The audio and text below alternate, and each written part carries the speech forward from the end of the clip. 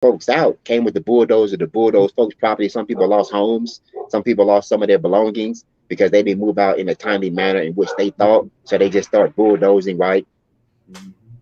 They brought a porta potty and rented a porta potty for the day for their workers, right? Understanding their dignity to like have to use the restroom and kind of like do all that on the lot. But it was just interesting, and like that's like that thumb in the face where you kind of ask like, is this what we've become as a city, right?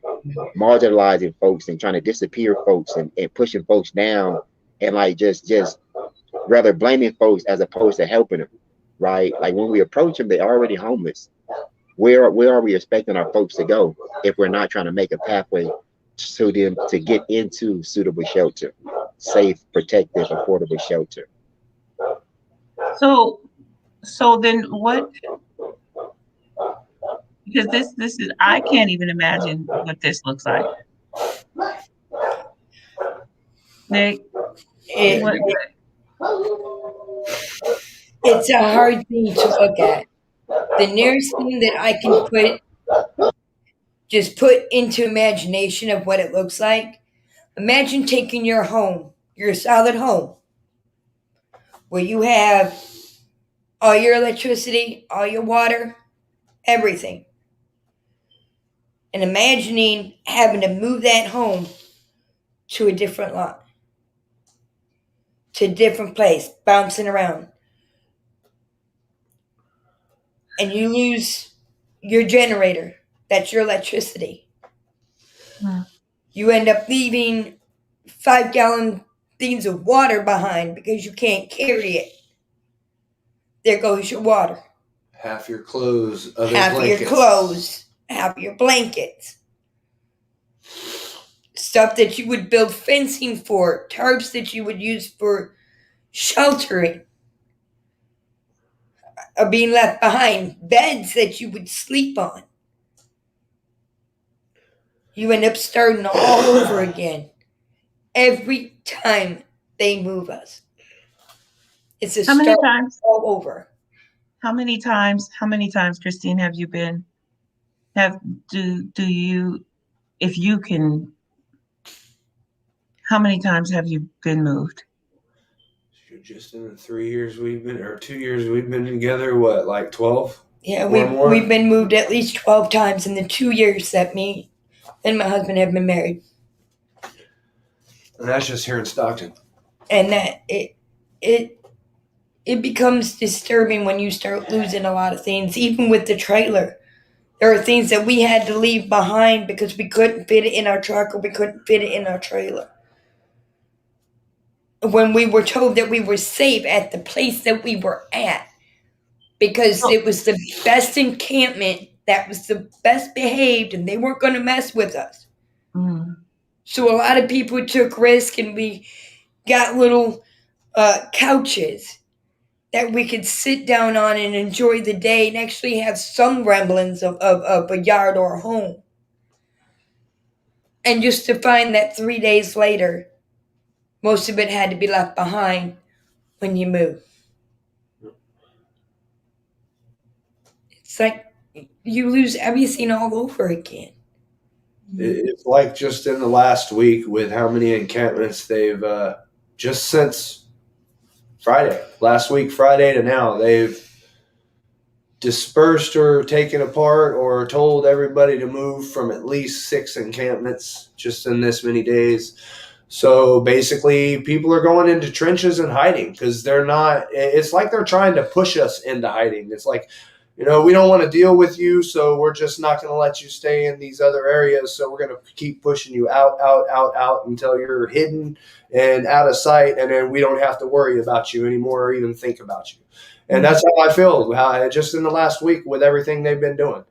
It's just, it's crazy. It's overboard. It's too much because you're displacing. Just in the last week, I'm just going to guesstimate, they've displaced at least 500 people. At least. Just in the last 4 or 5 days. And they keep trying to go to other spots, and as soon as they get there to set up, before 24 hours now, you can't be here. Because they're going back to the old spots that they were already moved from maybe a month or two ago, and then as soon as they get there, hey, you can't be here. get off the property. So they're not even giving us a chance to even try to set up in those spots anymore. So it really does. They're trying to hide us. They're trying to get us out of sight, out of mind. And I'm done. I'm not going to do it. I'm not going to hide. So part of the narrative is that people want to be homeless. That's part of the narrative. Is that, well, people just don't want housing. People don't want to work. Most of them are homeless, and I'm just giving narratives. So this is not my language. Most of them are homeless because they're on drugs. Not that they're on drugs because they're homeless. Most of them, are homeless because they didn't know how to manage their money. Because they just don't want to work. They're lazy. They just don't, want jobs. They don't. There are so many conclusions that are drawn in regard to people who are unsheltered. So, I mean, how would you speak to that? Because you are ambassadors that are also speaking on behalf of people that you are in relationship with in community. I mean, my thing is this. One thing that I mean, yeah, I'm homeless. I mean, I don't like dealing with it, but you know what? I deal with it on a day-to-day basis till the time that I don't have to deal with it. But you know what? Something that's been heavy on me with the homeless is our homeless vets.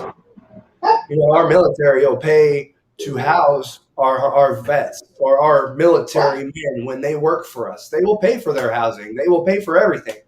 But as soon as they get out of the military, yeah, they can go get a loan with the GI. But you know what? No, they shouldn't have to do that. They shouldn't have to pay for it. Give them a house. You paid for their house when they were serving. Give them a house now. They should have housing. Because I mean, they fought for our country, or they were always prepared to fight for our country. And even with that, you imagine being a vet, and then here you're homeless. Nobody's even caring that you fought for your country. Yeah, that's going to wear on your mind. Eventually, you're going to go insane. You're going to turn to drugs. You're going to turn to alcohol.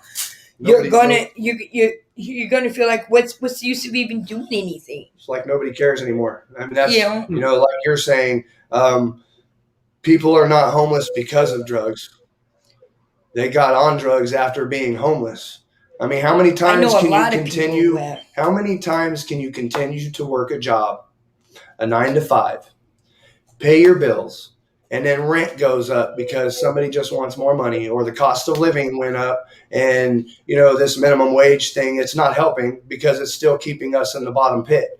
So you're working your butt off, you're paying rent. Rent goes up. Oh, guess what? You can't afford to rent here no more. Guess where I am? I'm homeless. Okay. Get a better job or a second one, get more money, get into a place, rent goes back up, you're back out on the street again. So it's just a reoccurring thing. When does it stop?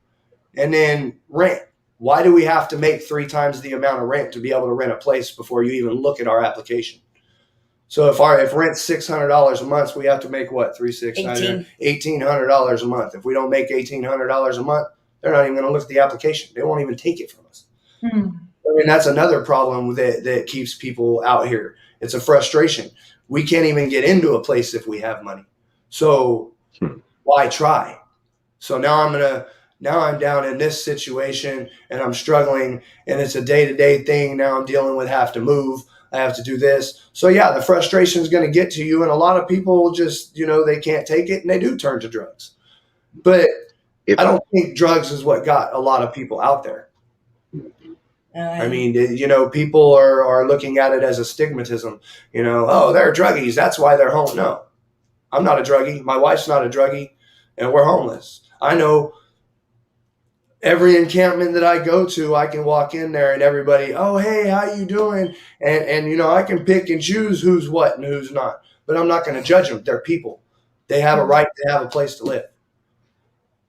And as far as, there is a few people that have gotten so used to that type of living that they're scared to even get into a house because they've gotten so used to just being packed into that way of living that they're like, nah, we'll just stick to ourselves and all of that. So there are some that do choose it, but they didn't choose it in the beginning because they wanted to be homeless. They chose it, they were forced into it, and it just became their accustomed time of life. The accustomed to what they've been used to for several years. I mean, I'm not naive to the fact that, some people did end up homeless because of drugs. I'm not naive. I know what. But the fact of the matter is people need to stop looking at the homeless as that stigmatism, because that's not all it's out there. There's more out there than just druggies. There are people that are trying. There are people that want to have a life and want to be able to have a place to be or a place to call home and not have to worry about, okay, I'm up this morning. Okay, oh, nope, somebody knocking at my door. I hope it's not the cops telling me I got to go somewhere. I mean, I don't want to have to live like that anymore. Yeah. I mean, I've been in and out of the hospital here and there for anxiety just because of this whole mess. And it's not fun. It's not fun to have to continue to deal with. So it's just enough. Yesterday, I don't know if it was yesterday or the day before yesterday. I think it might have been the day before. Either way, when did we meet? Was it 2 days ago? It was Monday. It was Monday. Monday. Yeah, it was Monday. Yeah. So when I had the opportunity to speak to you all for just a little bit, on Monday, there was another young lady that I spoke with, and gosh, I mean, you guys just ripped my heart. I mean, for real, this was difficult. And her thing was, we appreciate food. Give us food. You're giving us clothes. We appreciate the blankets. We appreciate the different things. But there was something that she said that just really messed me up. She said, but what I don't feel that anyone is giving us is love. Mm-hmm. And that right there is the truth. We watch everybody on a daily basis come in. Well, when we were able to have the other encampments, they would come in, quickly feed, and leave out. Mm-hmm. Like they were gentrified of the homeless. But then there were a few that actually would come in and talk to us, show us love, treat us like we're human, wanting to know our stories, wanting to be able to help on a more deeper level than just coming in, or in some people's cases, dropping boxes right there by the sidewalk, right, and taking off. Like they're afraid to even touch or even go near an encampment area. And with that, you don't feel the love. You don't feel that they're caring. They're just doing it to either get rid of stuff or to do their good deed for the day. And it's frustrating. It really is very frustrating. We're not treated like we belong to anywhere. Most of us have made little communities within ourselves. Just so we have some sort of family, yeah. And then they come in and break that up. Yeah. And then we try and grab what family members we can again. Maybe bring in a few more just to have it broken up again. We're searching for the love. We really are. We're searching even amongst ourselves. We're searching for the love. And I think I found all that love with help from Anthony. We've been able to take food. Excuse me.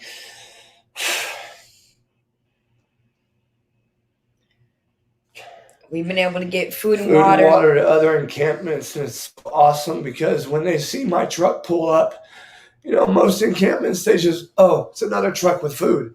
But they see me pull up and they come out running. Oh, that's Nick and Chris. Oh, they got something for us. And it's not just the stuff. It's the conversation that we get to have with them. It's the love that they feel. And, it's the camaraderie, the family, the feeling that you get. And then when they get split up and you got to go hunt them down again and you can't find them, or they're in another trench somewhere. And then, you got to reestablish with the other people that they may have moved around. But it's just awesome to be able to do that, to help others, even though I'm in the same.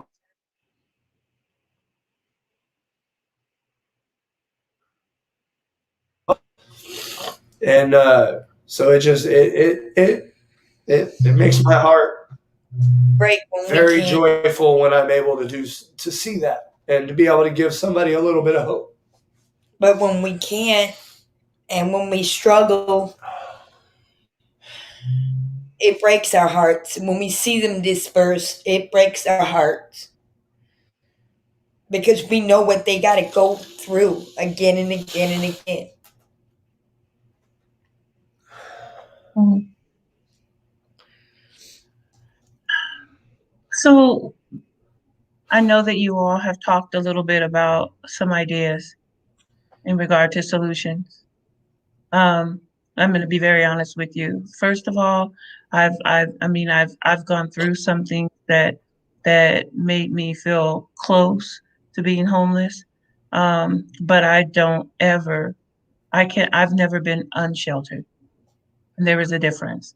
And so we have, and I don't think, Anthony, that we have even done due diligence to um, have a real number of actually how many families are there that are unsheltered. There's Do so you many. guys have an idea? Just where we're at, and just walking the trenches and dealing with the trenches that we have these past couple of days, we counted at least 10 to 20 families Yeah, full with families, with children. full families with children. And that's just in the Between- close area. That's not even everywhere in Yeah. Stockton. That's just in the vicinity Between- of St. Mary's area around that, and spreading out in that vicinity. But, that's... And that's heartbreaking too. Mm-hmm. The The shelter, after they reach 12 years old at St. Mary's in the shelter, they can't stay there no more. Nope. If they're in the family shelter with mom after 12, they can't be there. So that's another reason why you end up with families on the streets, because no parent going to let their kid go out in the street at 12 years old. It's not going to happen. Yeah. So I want to question that. I want to question that. I want to challenge that. However, I feel like you are the experts in this and would know and be able to speak to that so much better. I used to volunteer for the men's side at the Stockton shelter for the homeless. I used to run back and forth between the women's shelter, taking toilet paper or whatever, just different things over there, back and forth. There's a lot of stuff I know about that place that I'm not going to bring up right now, that could potentially stop what they're doing altogether as a shelter, but we're not going to get into detail at the moment. When you all, I have so many. Gosh, my mind is just racing with questions. Have you seen? Let me back. COVID. Hmm? Let's talk about 2020. And I've had it twice. But wait for it. You think there's homeless out here now? Wait another couple of months when COVID's lifted. Once they finally totally open up things, and then people are able to evict their tenants and things like that for not paying rent. Wait for it. There's going to be about 3,000 of them back out here with the ones that are already out here. Just wait for it. It's coming. But and if they don't do nothing about it now, it's not going to get any better. Yeah. And as far as making it through these COVID situations, most of the time, if you got COVID, you're praying and hoping you don't gotta move. Oh, yeah, you're praying and hoping you've got a stable spot to make it through those 2 weeks. Quarantine. For just being able to breathe for a week to 2 weeks, being in a tent, not having you have to have this tent completely enclosed, so you're not getting fresh air. Because if you have the tent open, you freeze. The COVID goes out and can get a hold of anybody. So if you're quarantining, you got to make sure and it's a rough thing to have to deal with. So how did you know that you had COVID, Nick or Christine? I had COVID back in January or January, when it first came out. I had it, and I didn't go get tested or nothing, but I ended up with all the symptoms, and then like the cold sores on the lip, and the taste loss, and the smell loss, and the can't breathe, and I mean, I got through it my own way that I feel worked better. The second time I had it, because of how bad it was the first time and pulling through it, it wasn't as bad. It was more of just like congestion, like a cold, I guess you could call it for me. The second time for her was worse than the first time. The second time, I lost all sense of smell, all sense of taste. I couldn't even breathe. Well, what makes it bad is she's got COPD on top of it. So yeah, and I couldn't breathe. I couldn't smoke even one cigarette that whole entire time. It was too much. I'd be waking up all night. And when you're in a tent and you're trying to do that, you're trying to get sleep, you can't get comfortable. You're hoping you're not having to move, and you're hoping you got somebody around there that'd be able to go get water for you, because you'd be able to cook on a grill for you, or cook on a one-ice stove for you, because you're not able to get up and do any of that. So things that even when you're in an RV or even in a tent, through COVID, it's 10 times worse.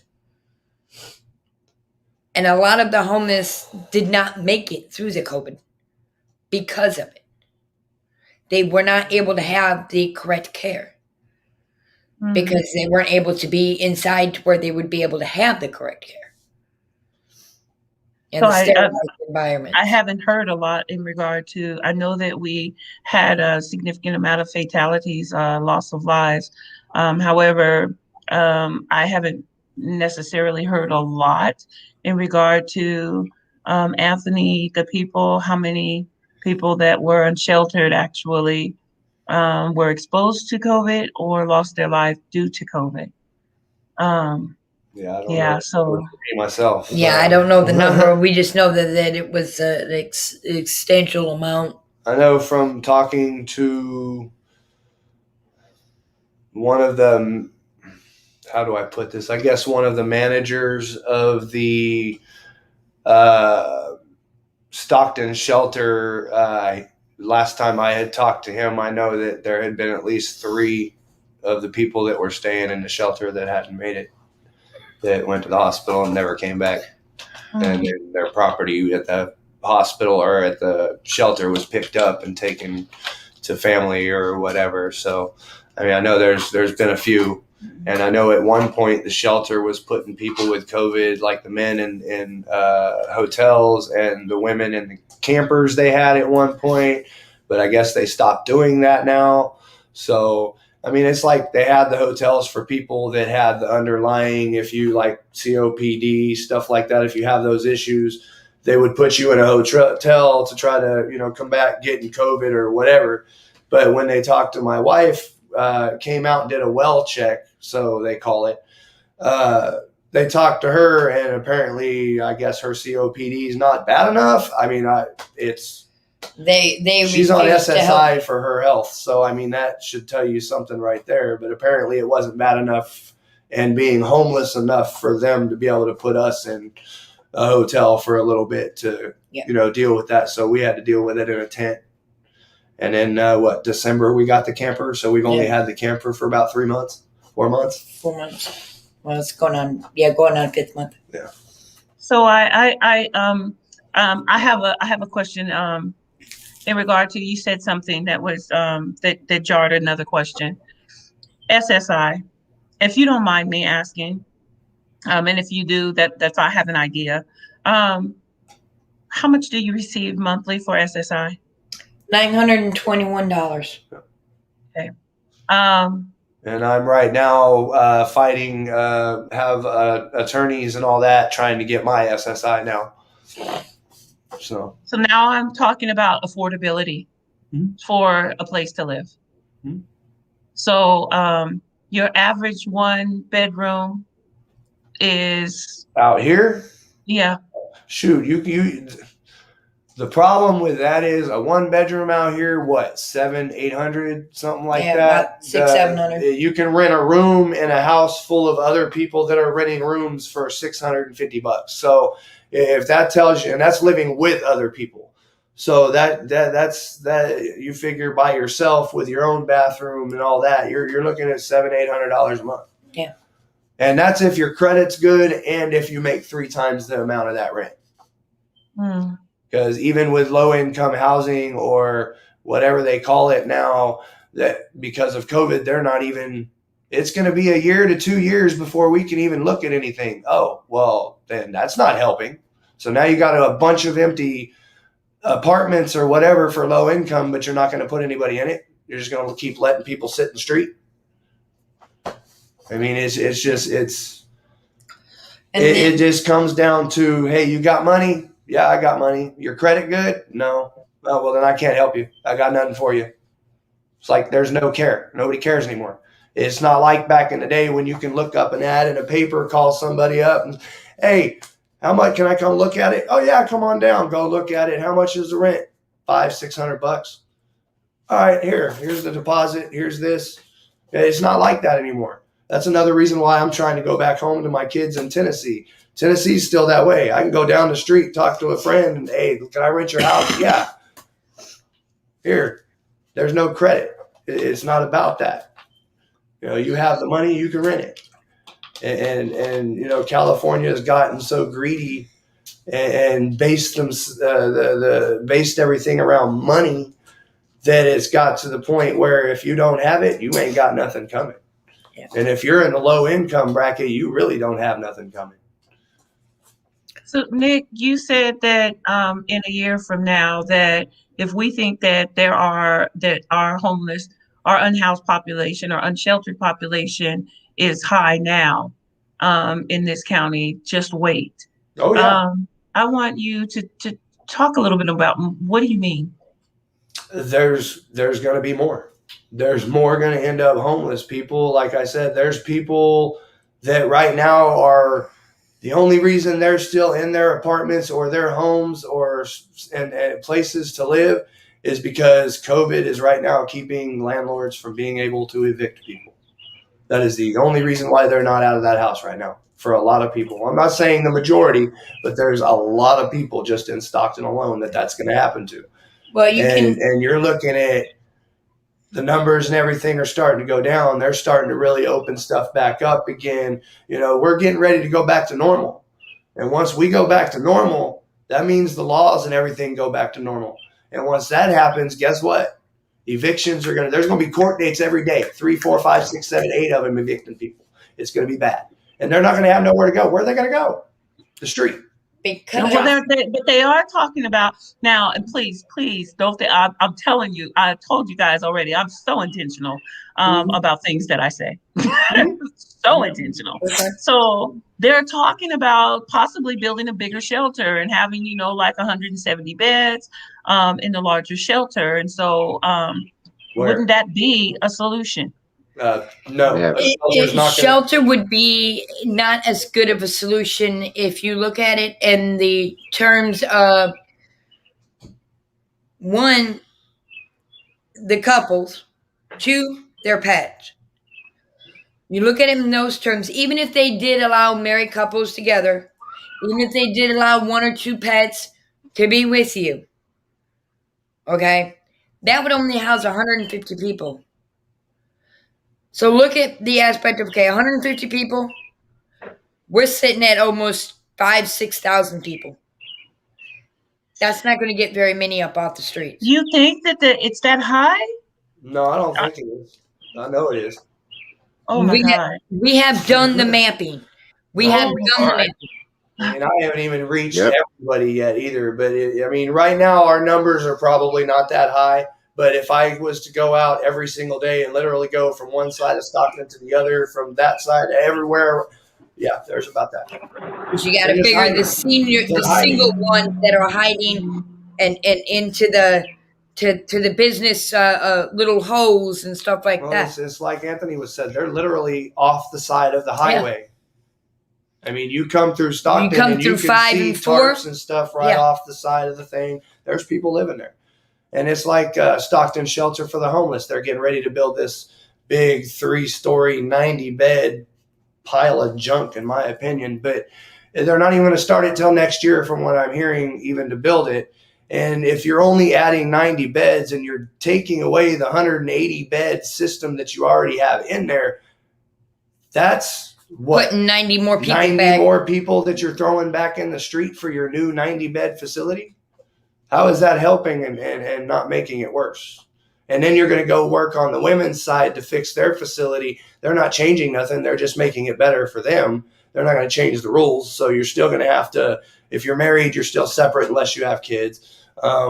Once they reach 12 years old, you can't be there no more. And so you're intentionally putting people on the street right now with your little plan, but yet you want to, we're going to have this implicated in with it for helping people get housing.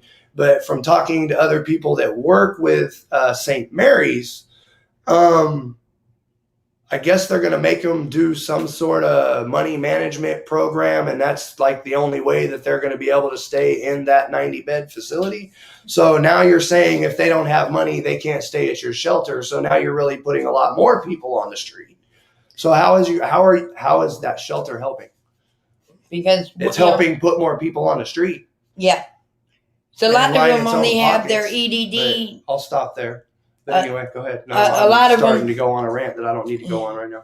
A lot of them, they have only their EDD checks to work with because they've lost their jobs during COVID and they haven't been able to get into another one.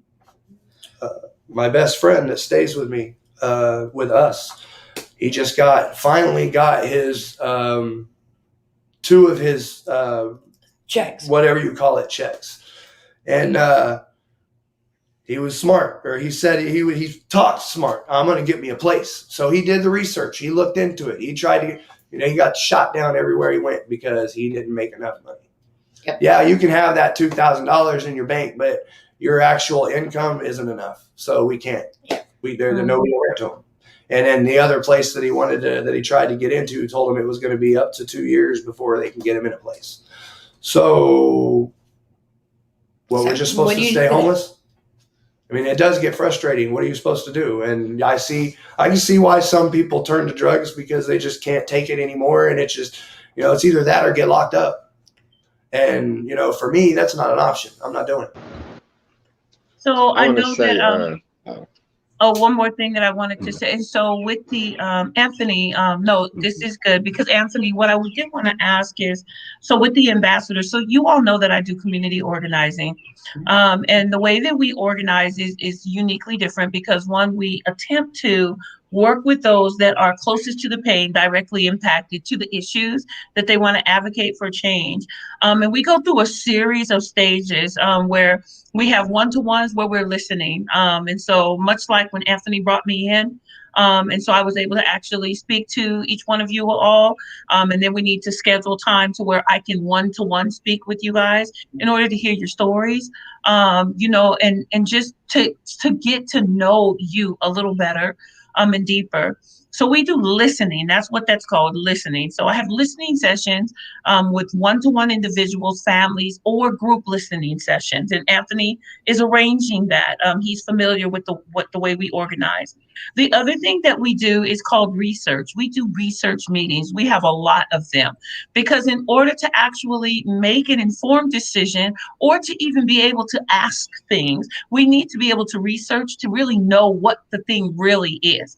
Because we can only know in part. However, we need to talk to the people and the decision makers and the ones that are making those changes and different things like that. And so I'm wondering with the ambassadors, Anthony, have there been opportunity to have those research meetings with those that are, making those decisions or those policy changes or those plans with the shelters and the different things, so that because there may be misinformation, and there may be plans, that are being made and changes that may be coming down the pipeline that those that are directly impacted might not be aware of. No, Apologies. No, You're we're on. definitely open to that. And there hasn't been as many opportunities just because we've been on the ground, right? And Okay. it's interesting to where even in doing the work for the weekend project, having an idea, having everything worked out, and what I found and what other organizers and the board for the Echo Chamber and everyone just involved has found as we're growing the membership, there's a lot of case management also that's involved, right? So it's not really just eking out this idea about recycling and going and getting the bins and talking with the business owners and putting the bins in. You have to organize on the ground, as we understand, and build capacity with the unsheltered or with the homeless. So from starting there is where you kind of blossom. And I think for me, it's always allowing them to always be at the forefront, the expert. They have the lived experience, right? And even I wanted to chime in earlier, but I know I'm out here in the elements. But even to your question, right? As some folks say, well, folks, they want to be homeless out there, right? And I laugh at it like right, because you haven't been through it. Like with all due respect, go to the Mormon slough and sleep in the Mormon slough for 24 hours. I just challenge you to do that. Just sleep in the slough for 24 hours, and you'll understand. Nobody playing with this homelessness thing. That's nothing. It's nothing to play with, right? So let's understand that clearly. It's not a reality that you can play with. Oh, I'm gonna just pretend to be crazy. I'm gonna pretend. Oh, because I love the high of doing drugs, I'm gonna just go out there.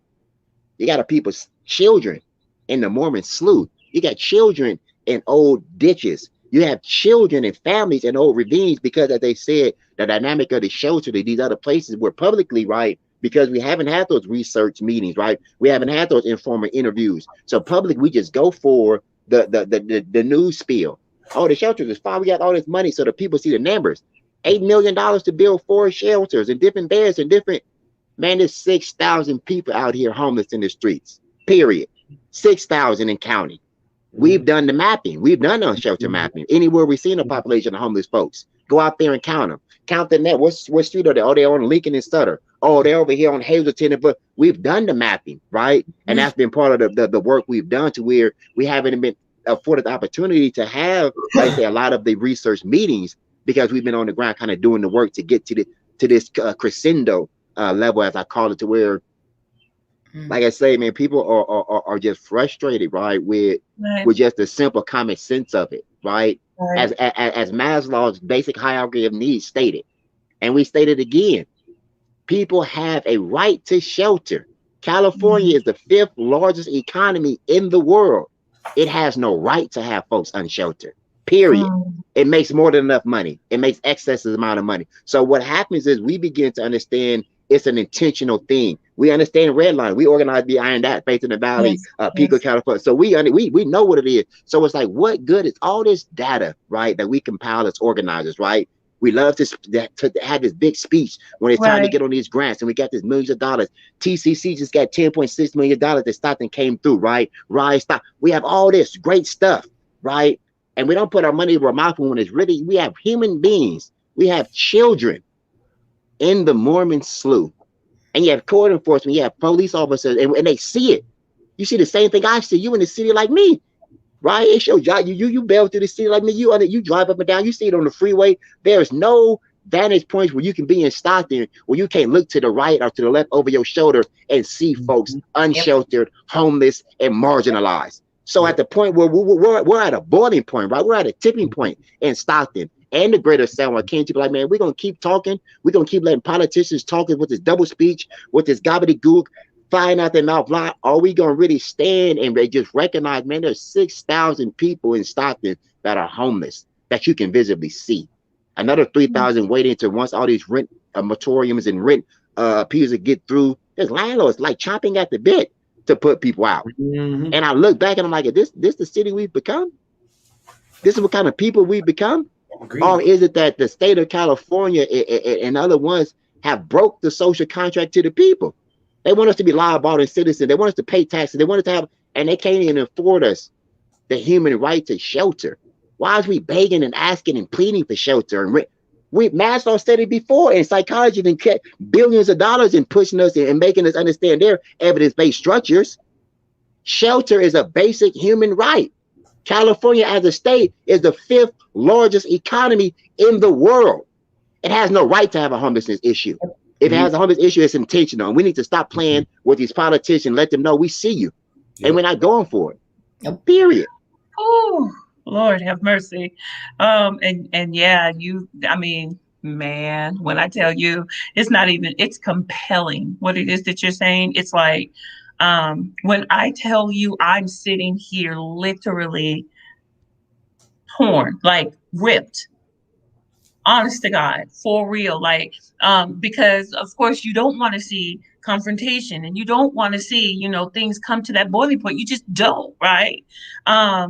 You want to, I'll use Ferguson as an example, that they turned up in Ferguson. It just got crazy. And of course, then you have the faith leaders that show up in Ferguson, and they're like, well, you just need to pray, and we need to sit down and you need to talk. You have to, but at the end of the day, you've got the individuals that are like, we've been dealing with this for what seems like ever to us, and it's coming to a head. And so then you get Ferguson, you get, turn up, you get all of the stuff that is happening. And so for me, I'm always trying to figure out a way, you guys, to have, where's the win-win? Where's the solution to where, everybody is coming out, and stuff. And I'm always there's got to be hope, Anthony, right? For sure. There are some really, really amazing leaders that are out there trying to make some real change. How then do I bring that message to those thousands of people that are out there that have no place to go? I know what it was like when I had nothing but 4 kids and my belongings in a car, and I was in the shelter. I know what it was like to not have a home and be terrified that me and my 4 children were going to be in a station wagon by no choice of my own. I can't imagine that for years. It's tough. Very tough. I've never been homeless a day in my life till 2018, and it's, my parents and grandparents took good care of me, taught me well, but here I am. And you know what? I don't know what I did in my life to have to be out here, but you know what? I'm out here and I'm fighting for the homeless where nobody else wants to. And I'm going to speak for them where nobody else wants to. Because it's time somebody start listening. Because it seems like we just talking on deaf ears. You keep saying, people keep saying, politicians keep saying, hey, we going to do something. It's like right now they're trying to get $20 million for a 5-year clean up. No, 5 years isn't, too long. How about let's get $20 million and clean it in a year? Or at least make some sort of an impact to fix the problem in a year. What ideas do you have? What are some what are some suggestions? Honest opinion, Sacramento has safe haven places for people that are homeless to be able to go put their stuff on land, on a lot, and stay there and not get messed with. Give us something like that. We don't have that. You just keep telling us move, move, move, move, move. You're not telling us where to go. You're not telling us what actual resources will work to get us off this situation. You're just saying, I don't know. I don't know isn't an answer. So where do you expect we're going to go? We're going to go to the next open lot. And guess what? You're going to see us again. And then you're going to be telling us, hey, you got to move. And then we're going to ask you the same question. Where do we go? Where can we actually get a place where we won't get told we got to move so we can stop having to stress about it and actually build? And not only that, but like the tiny homes. Yeah. The tiny homes are such a great idea because it teaches them construction, solar, plumbing, electricity. We want them to build their homes, bring back up their hope, their self-worth, give them something that they can go and bring into a job. Bottom line, trash bins, porta potties. These things are essential that we don't have. These are things that people often take for granted. A place to go to the bathroom and a place to put your trash. Yeah, they burn it because we can't let it accumulate. and we have to burn it because where do we put it? Yeah, you tell us keep the area clean, we won't mess with you. So Or they don't you're not come picking around up the enough. trash. COVID first hit, they put out dumpsters, they put out porta potties. That way there was no trash. All of a sudden, I guess something happened, or I guess they were throwing it on the trash to bin too, because it was already full. They hadn't come to pick it up, to take it, to dump it, bring another one out. So they just said, to heck with it, we're not going to put them out here anymore. So then you're going to get mad at us because we're trying to keep the area clean and we're burning it to do it. Yeah, okay, you don't want us to burn it. Not a problem. Give us another option. Have somebody come out with a truck. Shoot, I'll come out and pick up the trash from the different places so that you can't keep telling them to move. You just tell me where I got to go to dump it. You know, they keep on coming with new excuses of reasons they want us to move. You know, 1 minute it's, oh, the mayor said we're going to leave you alone over here. 2 days later, there's a fire. The fire department comes out, and all it was somebody burning some trash. It's not like it's something that got out of control or nothing. And because the fire department had to come out on that call, we had to leave 3 days later.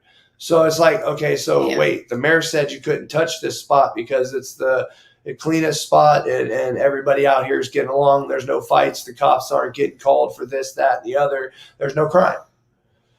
And then because of you guys didn't have somebody that you already said was going to be coming out to pick up the trash, didn't show up when they were supposed to, so they started burning it, and now we got to leave. You know, make up your mind. You want it clean, you want it dirty. I think you're just coming up with excuses. You're just going to tell us to move regardless. Yeah. It's just a matter of how long you can keep our hopes up before they burn you. So I'm hearing the safe havens, safe spaces, and so doing some research and looking into that, making sure that there are dumpsters, porta potties, where people can use the restroom, water. Some of the things that you guys are talking about are, and so you're saying when you use the pyramid for the Maslow's hierarchy of needs. Yes. Those are basic needs, not right. They're basic needs. Yeah. And so just basic needs that is on that pyramid. I wanted to lift that up. So wrapping this up, what I wanted to ask was Mormon Slough. The slough. It's bad. Basically a ditch that's dried out, but it's you got so many people in there compacted up on top of each other, families, kids, they're all out there, druggies. I mean, it's a whole people don't like staying in the trenches because the trenches is the bad part of the homeless section, basically, is the bottom line. So people try to stay out of that area, so they go up to the other higher up, out in the open.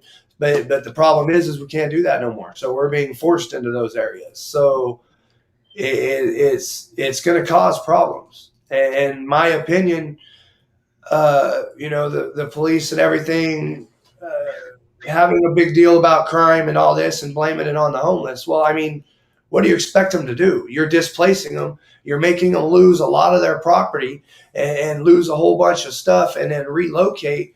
And they lost stuff. They're upset. They want their stuff back. What are they going to do? A lot of them, some of them, are going to go rob and steal and do what they got to do to get what they lost back. You want it to stop? Stop doing that.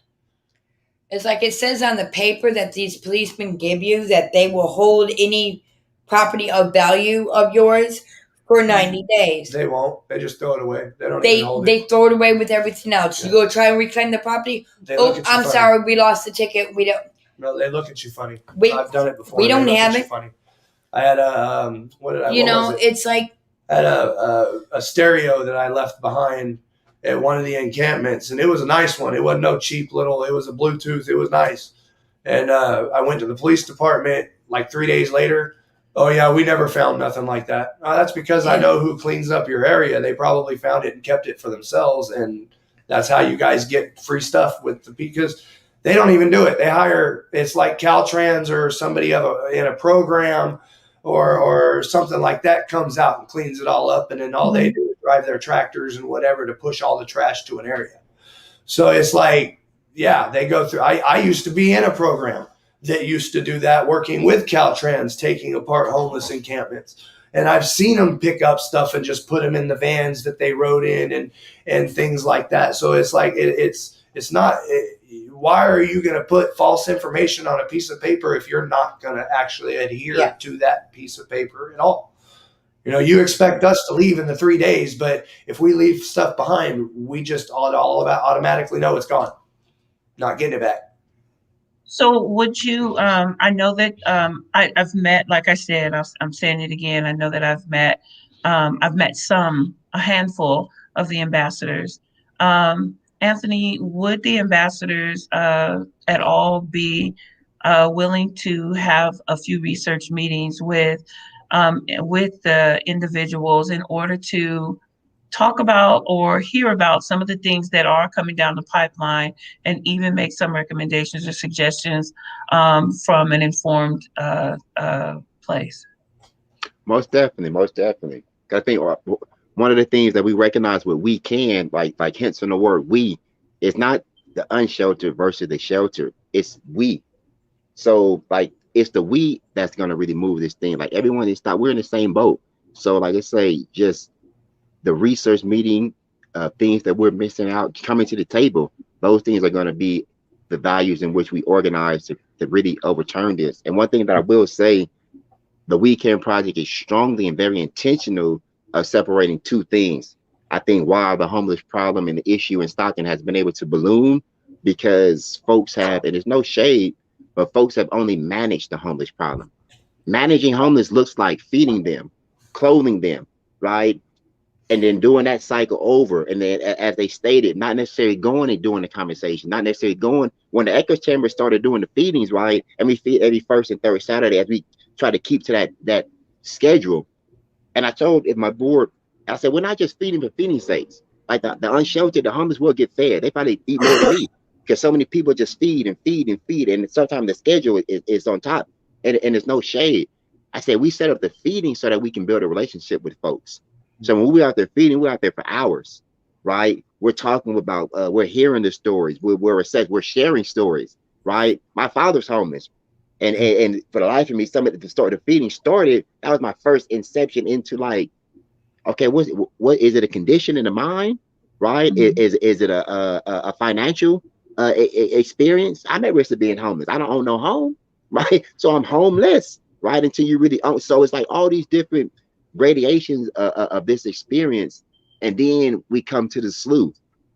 Man, the slew it's like the mosaic, right, of like what Stockton has become and where it's going, right?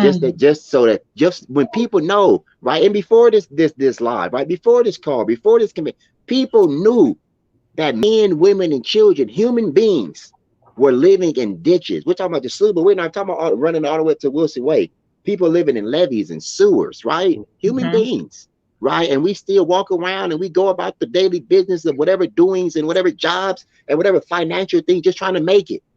And we overlook and we stepping over people's dreams and we walking over people. Whether intentionally or not, we all in the same boat. So if you're in any position in Stockton, you know that there's a homeless issue in Stockton, right? So what solutions look like is like a moratorium on like having folks pay 3 times the rent.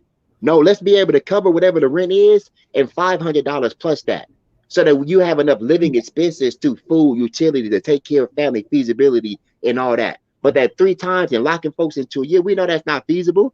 We know there's folks right now in their homes, right? If they had a different imagination and a different sense and relationship with the unsheltered, they can open up bed spaces in their home to rent, right? So we do the trust building work because that's important. There's a homecoming project similar to that in Oakland, California, they're doing, where the former incarcerated folks are able to come home after doing 15, 20 years in prison. And they're meeting with folks that need the money. Like, let's not be bougie. We ain't got time for that.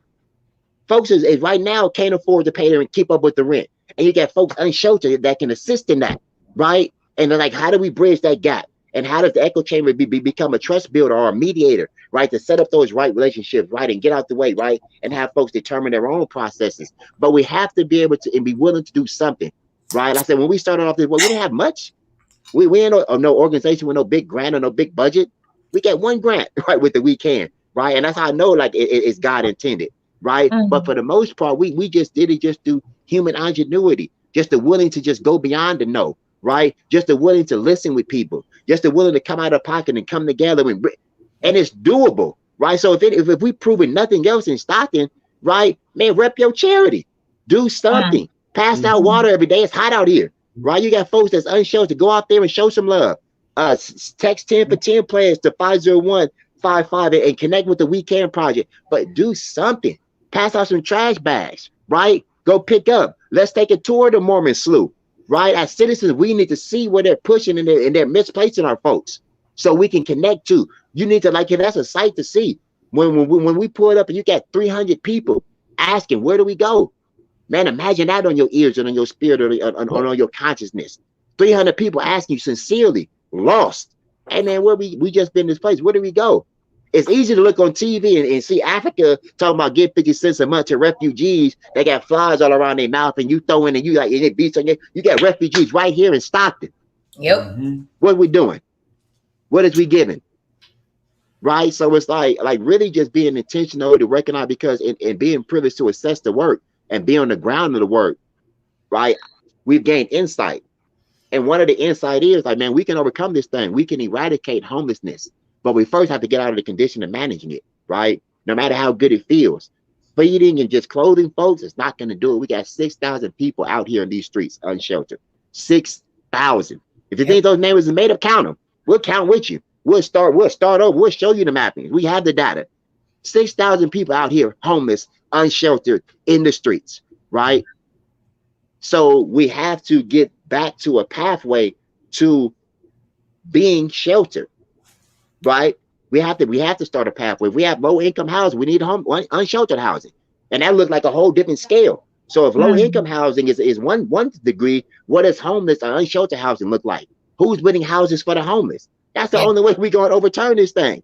We continue to build the problem on top of each other. And what home and renters are doing, and the redlining comes back into play, because they're saying, hey, we have affordable housing.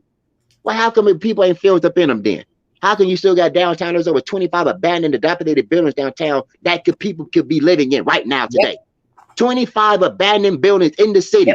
That's creating blight. That's continuing. And you talking to me about you trying to do something about the problem, man, you just yapping off the top. We should put people in them buildings, right? Because right now the dust mites, right, and the stuff that's accumulating in the all that, you saying you putting a value over that over people, when you literally have people in the Mormon Slough. And the first thing, like I said, and the sad thing is, like, we know that there's folks that need our help that's in conditions right now, but we have enough sense that we can't even basically tell the location, because our systems come in, they don't come in to help. You got St. Mary's calling CPS on mothers and separating them from their children for whatever reason. And then you got, when you wonder why the homeless or the unsheltered don't trust St. Mary's. I don't trust the shelter. I don't trust. So it's like, come on, man, like, really, it's just like, really, when you just knee deep in the work, you understand that, man, time is of the essence. And especially on top of COVID, we shouldn't have no right to where you should not be allowed to sleep in the Mormon Slough during COVID. What is we even thinking?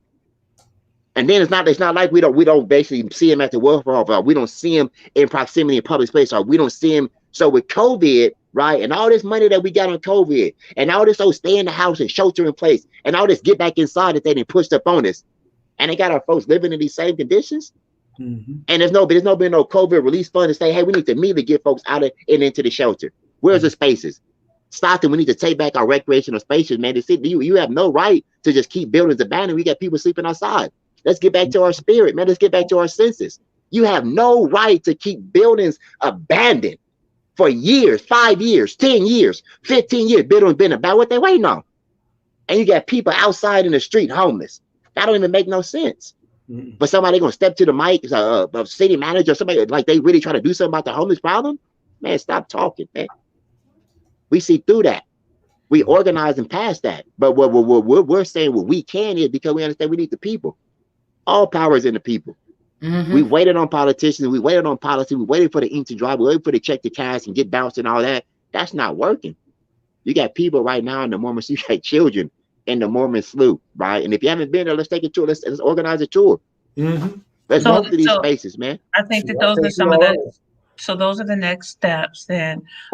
So one is, Anthony is going to arrange a sit down meeting, with, myself and Johnny Thompson, who is, the, housing organizer here in, San Joaquin County. And so, that's one. The other is that we are currently, after we were already working on it, but now we have to rush it, bringing clergy together, in the city of Stockton, and the ambassadors, in order for there to be transparent conversation. The clergy and faith leaders, they are aware of what's going on, doing the best that they can.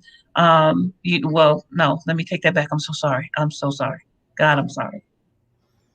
They're doing the best of what they know how. Mhm. Yeah. That's what I'm saying. I'm so sorry. Ooh. Some of them are doing the best of what they know how. I feel like we have failed so many people, that we are not doing the best that we can, because the best that we can requires us to be uncomfortable, requires us to make sacrifices, um, that I just don't feel like we have made. And so I'm hearing it over and over again, Anthony. And you're saying it, and I hear your passion and your fire, and I hear it because you're there. You are on the ground. You are in the trenches. You are doing the work. So we need to. Those are some of the next steps. We'll talk about, some of the ideas that you all have, and put you in spaces where you can talk to, individuals. And I'm saying that loosely because I know that talk is cheap, and that talk's been going on a lot. And at this point, we need solutions. We need action. We need something to happen now. Um, Nick and Christine, I'm saying this to you, but I'm also saying it to the others that I spoke with the other day. I'm saying it to others that are out there. I'm saying it to families, single moms that are in the cars with their children, husbands and wives that can't afford housing. We have failed you. We have failed you. We have failed you. Um, and we have to repent for that. We have to repent for that as a people. We have to. We have failed you. Um, and I'm so sorry. I'm just so sorry. So I want to appreciate you guys for, being transparent, for being vulnerable, and putting yourselves and your story out there, for others. The scrutiny of that, I cannot imagine. God, I'm sorry that you had COVID twice. Um, I know I hear the coughs and all of that. I know that you guys are still healing in your body and recovering.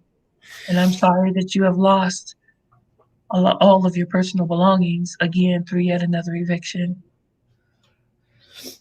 And I know that my sorry does not carry a lot of weight. It does more than you know. Just to hear somebody just saying that they hear us and that they're listening carries a lot of weight. Just to be able to hear what we're saying, we just want a voice. That's all the homeless wants, is a voice, just a place to be where we're not going to be messed with. We just want a safe haven. For right now, a safe haven will give us the hope and the encouragement. And for so many, it could even get them off the drugs because they'll see that they have more worth than that. And would give them the encouragement to be able to get up and get into those homes and actually want to, and give them the hope for it. We just want to be treated like human beings. There's so many things that is so many people take advantage of and take for granted, like the water, the bathrooms, the trash, even showers. Even just there's just so many. And now with every displacement, we're losing our food routes, that people that would come in and give us food, because they don't know where to feed now. Because every encampment that they try to start at ends up getting dispersed. So we even lose out on that. Yeah, and that's important. I want to interrupt. I don't want to interrupt, so I apologize. But Christine made an important point, right? To all this disbursement, right? A few things, and I'll be quick because I know we was just about to conclude. But the routes, the feeding routes, that's important, right? Because like I say, with the churches and the folks, the CBOs and the orgs that was coming out doing the feeding, that was that social engagement, that was that relationship and that trust building. That was important to both sides, right? The folks that was doing it as well as the unsheltered that was receiving it. Another thing with the disbursements, right? Because even with the unsheltered, there's certain commonalities that they know. So now what you're doing when you have people going into certain camps, the camp dynamics, right? We take it for granted because, well, of course, we're not living and experiencing it, so we don't have a value. Why would we want to disrupt peaceful encampments only to have folks dispersed into other encampments that already have a dynamic? So a camp that gets 20 more people, that's the potentially that camp is going to go through conflict for the next few weeks as those folks get the norm and storm. You already know the norm and storming phase of any group dynamics, right? So we have to also consider that when we're displacing folks that already have nowhere to go and we have nowhere to go for them, and they're like, where do we go? Somebody, oh, we go to an old camp that really, oh, it was kind of violent, or we go to the Mormon slough, and that's how you get the numbers so big, because the Mormon slough is like they're going to the ditches because they say, well, at least in the ditches, the police won't come down here to find us, they won't bother us. And we think we've done well by that. We've been like, oh, okay, like we've like everyone, the police go about doing their job. Oh, SPD, like really? That's what? We're pushing human beings to the ditches, and they're saying like they're just, in a practical sense, they're just saying the common sense, like, hey, if you're trying to get like no one wants to get poked and poked and poked, so they're going and they're situated in the sewer. Another dynamic that we're missing, to live in those conditions, you begin to create another level of survival mode.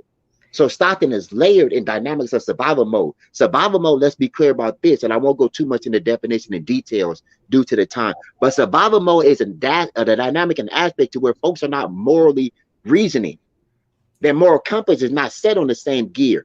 So right. The actions and the behaviors, the decision making is different, right? And like I say, these are still folks when they come up for air, when they have to access HSA and social services, when they go to El Dorado Street or the movie theater, we're still coming into proximity with them. So like we have to really be mindful of like the dynamics that we're allowed to create, and we're being allowed to create through just different forces, right? Mm-hmm. Where people are not coming in a relationship building, but they're coming into more like conflict exposing type scenarios. Right. So creating more trauma and more tension because of the dynamics that are already they're already volatile. Yeah, I hear you. I hear you.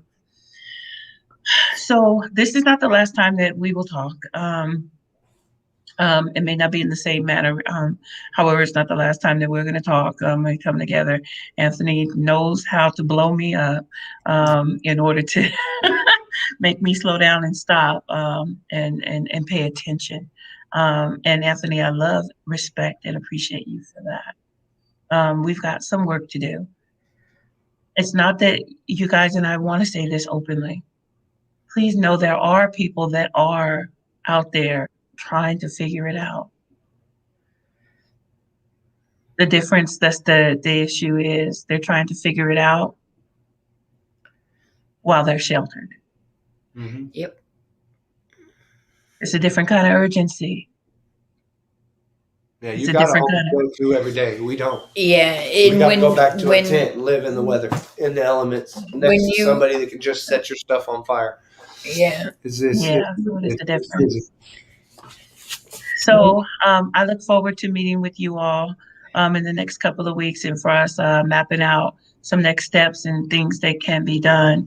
And let's look into what's going on in Sacramento. Let's do the research. I got folks in Sacramento, so let's connect with them and make that thing happen. Yeah, you already know. My mind's already there. the other thing is we Anthony are going to work on arranging a tour of the sea. But we definitely know that we're going to need some guides. We got you. Yep. We got you. And get you everywhere you need to go, and guarantee you'll be safe. No worries. But we'll let you see what we see on a daily, and what we deal with. When we know a lot of people that would love to tell their story and how they feel about the predicament that they're in, and what they feel they need to be able to get out of that predicament. I know quite a few vets that I keep up with out here that are homeless. That's why I'm so passionate about how I feel about that situation. We talked with that in the beginning. It's just, they deserve a lot more than what they get. Yeah. I mean, look at what they did for our country. We're still living. We're going day to day, and we don't have to worry about a thing. Our country's safe because of them. So why wouldn't you give them a place to live? Yeah. Period. Tax-free. You pay the taxes. You were doing it before. And you're already paying the taxes on the abandoned buildings that nobody's living in, so why not fill them up? You're already paying for it. Yeah, one of it's a couple of folks I want to just lift up and thank you. Alex, she's another one of the young ladies that I organize with Faith in the Valley in Fresno, and she does a lot of housing work and works with families that are vulnerable. And so I just wanted to lift her up. She's thanking you guys for your time and the calls to actions of and your just being so candid and stuff, and your expertise and your heart.